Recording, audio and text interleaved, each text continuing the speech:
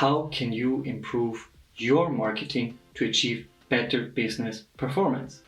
A good way to approach this question is to think about your company's marketing efforts using a structured and proven marketing concept such as the marketing mix, also known as the 4 Ps. These Ps do not stand for please, please, please, please buy my product, no, but are an acronym that covers several areas of marketing policy, namely product, price, place, and promotion.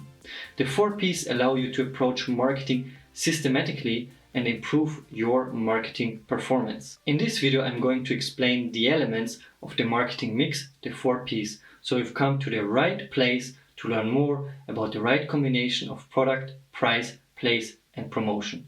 The 4 Ps cover the key aspects you need to consider to successfully market your product. You can use this framework to gain a deeper understanding of your operational marketing, including what you sell, to whom, at what price, where, and how best to communicate the value of what you sell to your customers.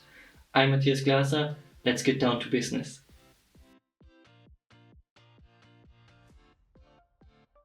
This element of the marketing mix includes all decisions related to the product. The product is what your company offers for sale in the marketplace. In marketing, we take a customer-centric view of the product concept. This means that the product is the benefit or satisfaction that the customer will receive as a result of purchasing the product. The product must satisfy the customer's needs and wants. If not, the customer will not buy the product. A good starting point is to understand the customer's perceived value of your product. You can ask questions such as, who are the target consumer segments? What consumer needs does the product address? What is the product positioning?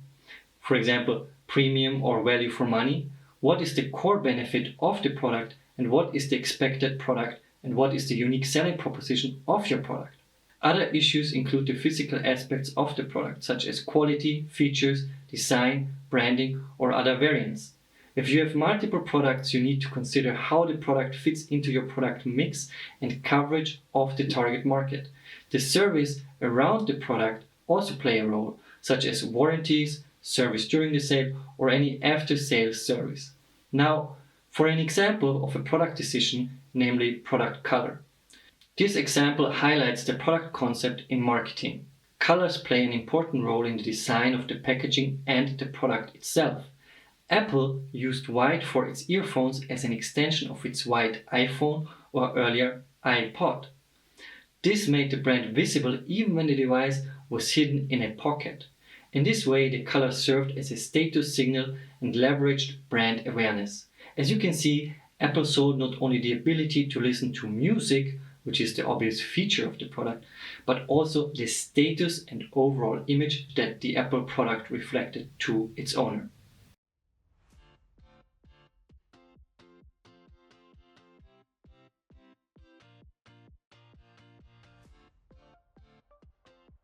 This element of the marketing mix includes all decisions related to the pricing of your product. Price can be understood in terms of the monetary amount the customer pays, but also the total sacrifice your customer must make to obtain the product. This can include not only money, but also the time and effort required to obtain the product. The fundamentals of pricing are your cost structure, fixed and variable costs, the value of the product to the customer, which determines the price you can charge, the price elasticity of demand, and your strategic goals such as company survival, market skimming, or driving competitors out of the market. Although it is tempting to lower prices to undercut competitors and stimulate demand, remember that price can be a signal of product quality and is a very important factor for consumers in deciding whether to buy or not to buy a product.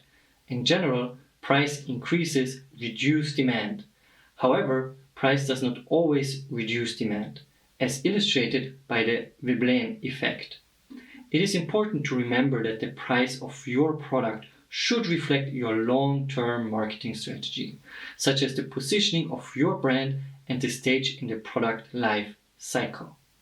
Two of the generic business strategies described by Porter are cost leadership and differentiation, which are useful in thinking about competitiveness, the market, and pricing. Of course, a sensible pricing strategy should be financially viable and result in a reasonable profit margin, or cover your costs if you are a non-profit organization. Pricing should also be responsive to the market, but never dilute the strategic positioning of your brand. Therefore, price reductions such as discounts should be used wisely. As an example of pricing, consider wedding dresses. Wedding dresses are typically priced at high levels that include high markups, often as high as 400%. Now, why can companies charge a price with such a high markup for wedding dresses? The reason is that the price reflects the situational context of the consumer and her desire to acquire this particular product. So you can see that if you have a comprehensive understanding of the value of your product, your target segment, and the buying context, you can get closer to setting a price that will benefit you the most, or in other words, a price that is closer to the consumer's maximum willingness to pay. If you did not consider the consumer situation and context, you might set a much lower price, unnecessarily squeezing your margins. Still, consider the impact of the price you set on demand so you can maximize your overall profits. However, think long term and stay true to your strategic brand positioning to make an informed decision about short-term pricing and your pricing strategy.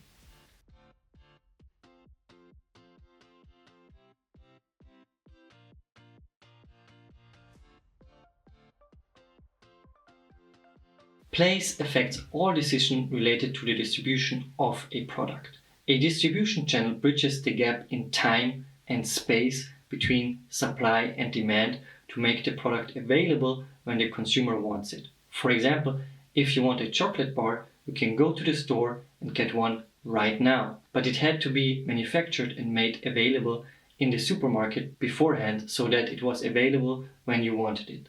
So an essential question of the place element of the marketing mix is, where do you want to sell your products? For example, do you want to sell your luxury clothing line in an out-of-town outlet or in a downtown store?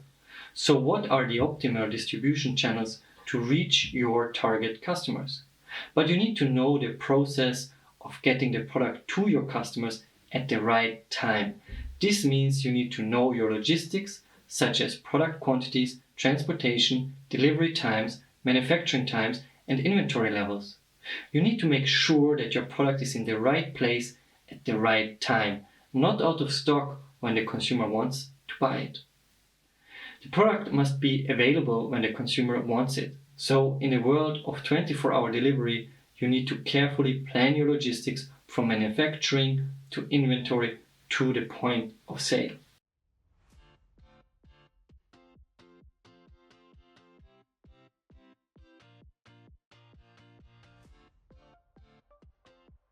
Promotion refers to all marketing communication activities. Marketing communications inform and persuade, but also build relationships with customers. Typical communication tools include advertising, direct marketing, PR, public relations, personal selling, sponsorship, and of course, sales promotions. You can approach promotion systematically with frameworks such as the marketing communications mix. What you should never forget is to make your promotion consistent with the other piece. All communication channels used should be integrated to maximize the impact of your marketing message. Any inconsistencies between your marketing message and other aspects of the marketing mix will reduce the impact of the message and may even damage your brand image. One strategy for getting attention in cluttered advertising space is to break the rules of the medium you're using for advertising. But don't break the consistency of your marketing mix. Be consistent to maximize the impact of your message. We are confronted with examples of the promotion element of the marketing mix every day. For example, when you watch a video on YouTube, an advertisement often pops up. Or if you go to the grocery store, you will see offers like buy one, get one free, or a temporary discount. If you want to see an excellent example of a highly successful promotion of a product, check out this video about the Volkswagen Beetle advertising campaign. which perfectly blends the product and the promotional element. I hope this video about the marketing mix was helpful to you. Thanks for watching and see you in the next video.